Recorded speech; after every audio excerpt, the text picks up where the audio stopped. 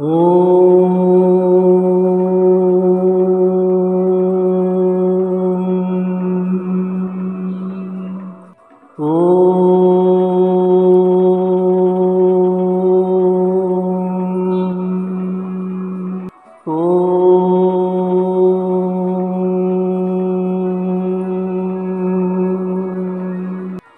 ओंकारोबिंदुसंयुक्तं नित्यं ध्यायन्ति योगिनां कामदं मोक्षदं तुभ्यं ओंकाराय नमो नमः। गुरुब्रह्मा गुरुर्विष्णु गुरुदेव महेश्वर गुरु साक्षात् परं ब्रह्म तस्मै श्री गुरवे नमः। अज्ञानतिमिरान्धस्य ज्ञानाञ्जनशलाकया चक्षुरुन्मीलितं येन तस्मै श्री गुरवे नमः। अखण्डमण्डलाकारं व्याप्तं येन चराचरं तत्पदं दर्शितं येन तस्मै श्री गुरवे नमः। ध्यानमूलं गुरोर्मूर्ति पूजामूलं गुरोर्पदं मंत्रमूलं गुरोर्वाक्यं मुख्यमूलं गुरोर्कृपा। मन्नाथ श्री जगन्नाथ मद्गुरु श्री जगद्गुरु मदात्मा सर्वभूतात्मा तस्मै श्री गुरवे नमः। जंगारु ब्रह्ममूर्ति प्रणवतनुधरं सर्ववेदान्तसारं भक्तानां कल्पवृक्ष भवजलतरणी सर्वतत्त्वानुतत्त्वं योगिनां हंसतत्त्वं हरिहरनमितं श्रीपति वैष्णवानां शैवानां भैरवश्च पशुपतिः परमशक्तितत्त्वं च शाक्तं बौद्धानां बुद्धसाक्षात् ऋषभजतिवर जैनसिद्धान्तसारं तं देव पातु नित्यं कलिकलुषहरं नीलशैलाधिनाथम्। अथ श्रीमद्भागवत महापुराण चतुर्थ स्कंध चतुर्विंशोऽध्यायः। पृथुंक वंश परंपरा ओ प्रचेता मानू भगवान रुद्रंक उपदेश। नारायणं नमस्कृत्यं नरं चैव नरोत्तमं देवीं सरस्वतीं व्यासं ततो जयमुदीरयेत्। मूकं करोति वाचालं पङ्गुं लङ्घयते गिरिं यत्कृपातमहं वन्दे परमानन्दमाधवम्। निगमो कल्पतरुर्गलितं फलं सुखमुखातमृतं द्रवसंयुतं पिबतं भागवतं रसमालयं मुहुर्मुहुः रसिका भुवि भावुकाः। मैत्रेय उवाच विजितास्तु धीराजासीत् पृथुपुत्रः पृथुश्रवा जवियोभ्यो ददात् काष्ठा भ्रातृभ्यो भ्रातृवत्सलः। हर्यख्याया दिशत् प्राचीं धूम्रकेशाय दक्षिणां प्रतीचिं वृकसंज्ञाय तुर्जां द्रविणसे विभुः। अंतर्धान गतिं सक्रात् लब्धान्तार्थधानसंगितः अपत्यत्र यमाद्धत्त शिखण्डिन्यां सुसम्मतम्। पावकः पवमानश्च शुचिरित्यग्नयः पुरा वसिष्ठ शापातुत्पन्नः पुनर्योगगतिं गतः। अंतर्धानो नभस्वत्यां हविर्धानम् अविन्दत ज इन्द्रम् हर्तारं विद्वानपि न जग्निवान्। राज्ञां वृत्तिं करादान दण्डशुक्लादिदारुणां मन्यमानो दीर्घसत्र व्याजेन विससर्जः। तत्रापि हंसं पुरुषं परमात्मानमात्मदृक् जजंस्तं लोकतामाप कुशलेन समाधिना। हविर्धानाद्धविर्धानि विदुरासुतषट्सुतान् बर्हिषदं गयं शुक्लं कृष्णं सत्यं जितव्रतं।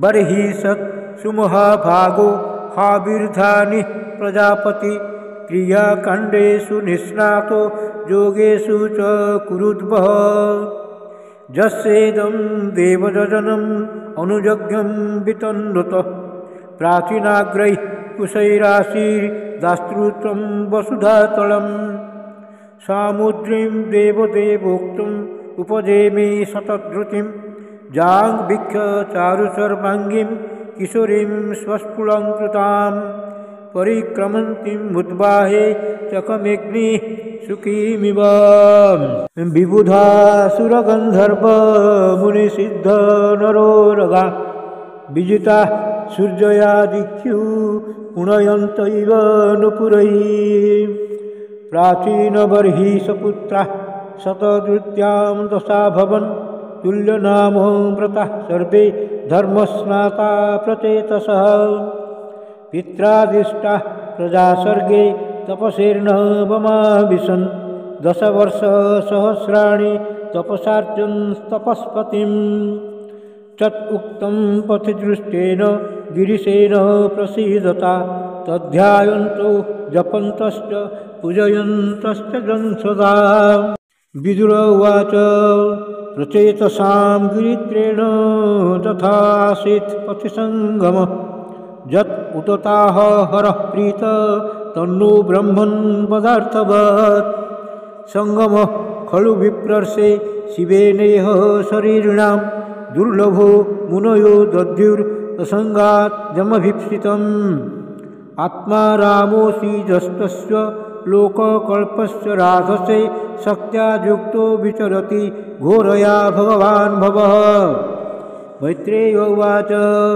प्रचेतस पितृवाक्यं शिरसा नायसाधव दिशं प्रतीचिं प्रददुस्तपस्या द्रुतचेतसः समुद्रम् उपविस्तीर्णम् अपश्यन् सुमत्सरः महन्मन इव स्वच्छं प्रसन्न सलिलाशयं नीलरक्तोत्पलाम्भोज कल्हारेन्दीपराकरं हंससारसचक्राह कारण्डवनिपूजितं मत्तभ्रमरसौश्चर्य हृष्टलोमलताङ्घ्रिपं पद्मकोशरजोदिख्यु विख्यापत् पवनोत्सवम् तत्र गान्धर्वम् आकर्ण्य दिव्यमार्गमनोहरं विशिष्म्यो राजपुत्रास्ते मृदङ्गपुणवाद्यनो तर्ह्येव सरसस्तस्मान्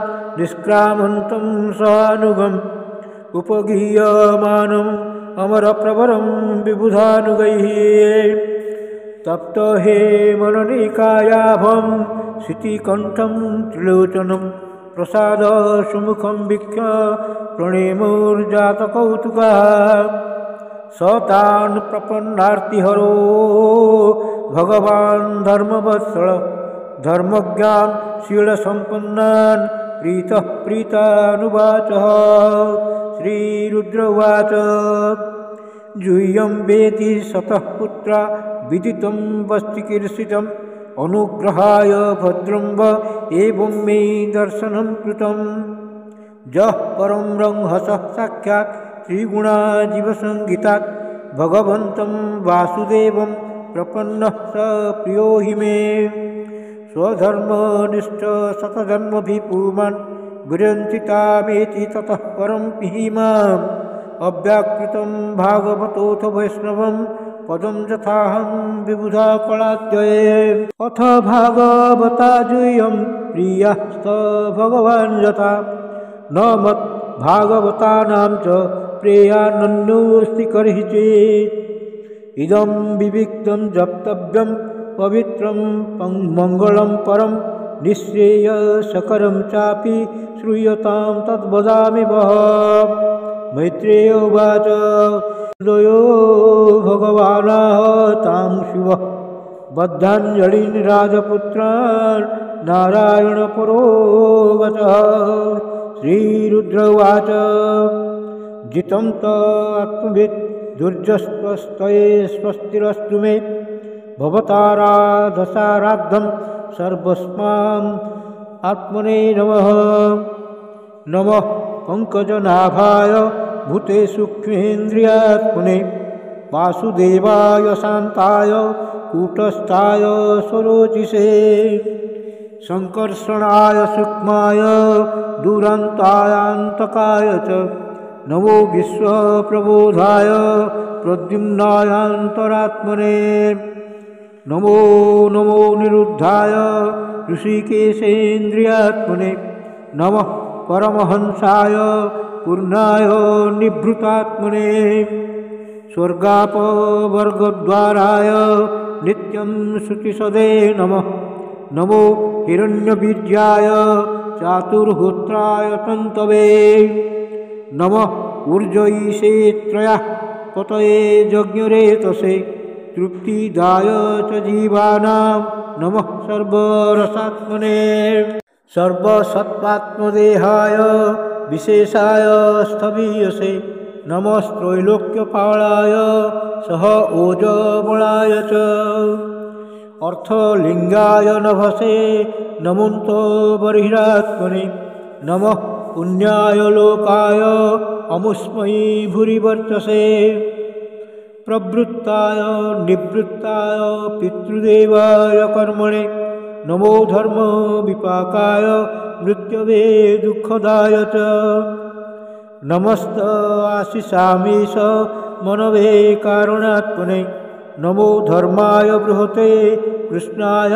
कुण्ठमेधसे पुरुषाय पुराणाय सांख्यायोगेश्वराय च शक्तित्रयसमेताय मीढुषेऽहं कृतात्मने चेत आकुतिरूपाय नमो वाच विभूतये दर्शनं नो दिदृक्षूणां देहि भागवतार्चितं रूपं प्रियतमं स्वानां सर्वेन्द्रियगुणाञ्जनं स्निग्धप्राभ्रूढघनश्यामं सर्वसौन्दर्यसंग्रहं चार्वायत चतुर्बाहुं सुजातरुचिराननं पद्मकोशपलाशाख्यं सुन्दरभ्रूसुनासिकं सुद्विजं सुकलो सुकपोलास्यं समकर्णविभूषणं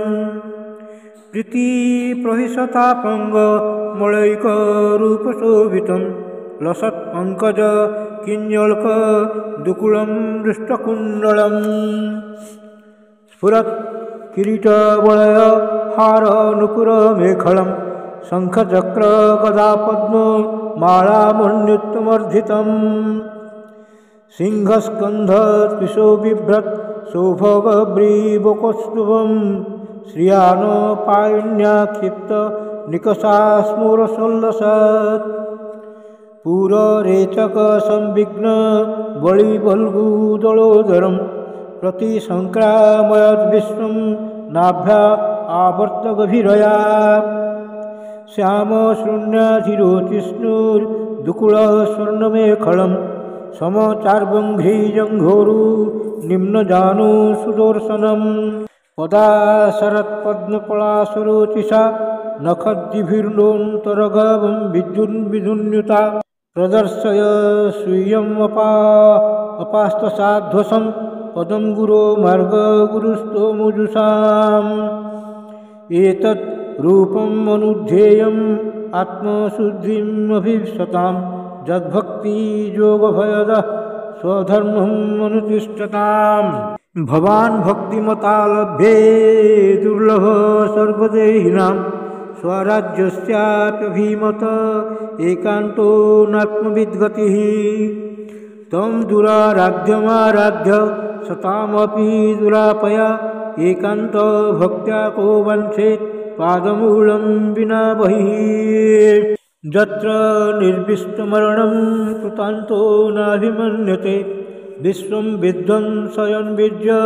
शौर्यविस्फूर्जितभ्रुवा क्षणार्धेनापि तुलये न स्वर्गं नापुनर्भवं भगवत् सङ्गिसङ्गस्य मर्त्यानां किमुताशिषः अथानाघाङ्घ्रेस्तव कीर्तितीर्थयो रन्तर्बहिस्नान विद्युतपाप्ननान् बुधेष्वनुक्रोश सुसत्त्वशीलिनां सात्सङ्गो मोहनो ग्रहयेशनस्तव नदस्य चित्तं बर्हिरथ विभ्रमं तमो गुहायां च विशुद्धमाविशत् यद्भक्तियोगानुगृहीतमञ्जसा मुनिर्विचष्टे ननु तत्र ते गतिम् यत्रेदं व्यज्यते विश्वं विश्वस्मिन्नं बभाति यत् तत्त्वं ब्रह्म परं ज्योतिराकाशमिव विस्तृतं जो माययेदं पुरुरूपया सृजत्